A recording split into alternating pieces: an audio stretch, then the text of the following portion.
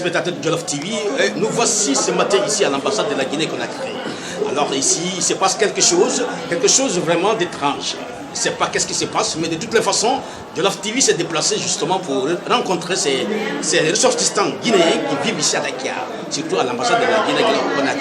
En face de moi, un responsable, un Guinéen, un patriote, qui va nous expliquer ce qui s'est passé ici à l'ambassade ce matin.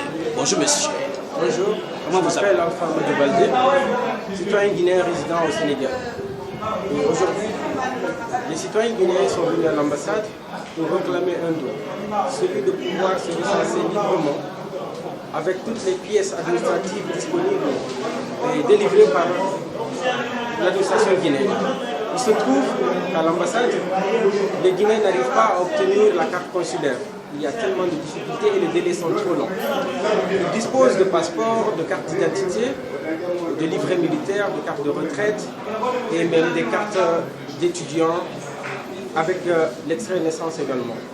Et le code électoral, en son article 19, permet aux Guinéens d'utiliser ces pièces administratives pour pouvoir se recenser en vue de participer aux élections législatives et présidentielles qui à venir en 2020.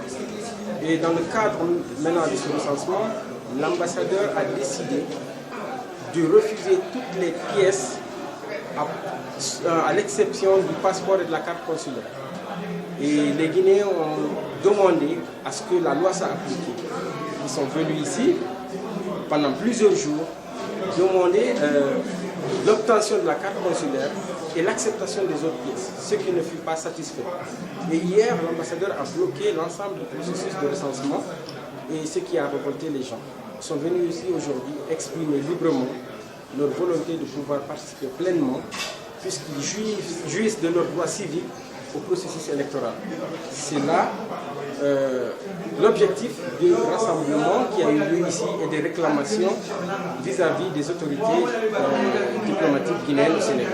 Ok, on comprend déjà de cette mobilisation, de ces cris de guerre, parce que ces Guinéens patriotes qui sont ici à Dakar, il est difficile de vivre sans papier. Alors ils se sont rendus ici à l'ambassade et vous l'avez souligné, difficilement pour accéder, n'est-ce pas, à ces cartes consulaires, après votre raison, n'est-ce pas, d'autres cartes. Alors aujourd'hui, quel message avez-vous à lancer vis-à-vis, n'est-ce pas, cette jeunesse, n'est-ce pas, qui est tout à fait remontée contre, n'est-ce pas, cette volonté, n'est-ce pas, de l'ambassadeur. Alors qu'est-ce que vous avez à lancer? Parce que tout à l'heure, nous avons vu, vous avez essayé de sensibiliser, n'est-ce pas, ces jeunes qui sont complètement déchaînés, qui sont en colère. Mais vous l'avez quand même, vous avez pu les calmer en les disant ceci, voilà.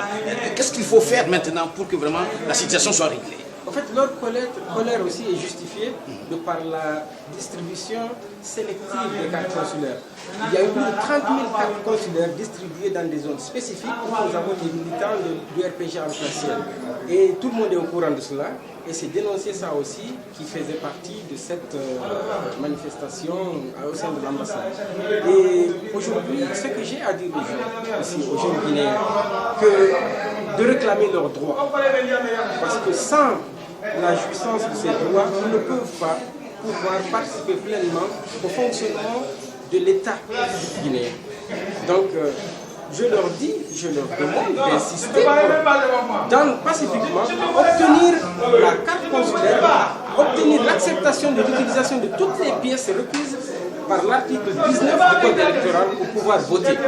Et nous demandons aussi à l'ambassadeur, au consul, à l'ensemble des responsables de l'administration de l'ambassade d'accéder à cette demande légitime des citoyens guinéens vivant au Sénégal pour que le processus puisse se dérouler dans la tranquillité, dans la paix.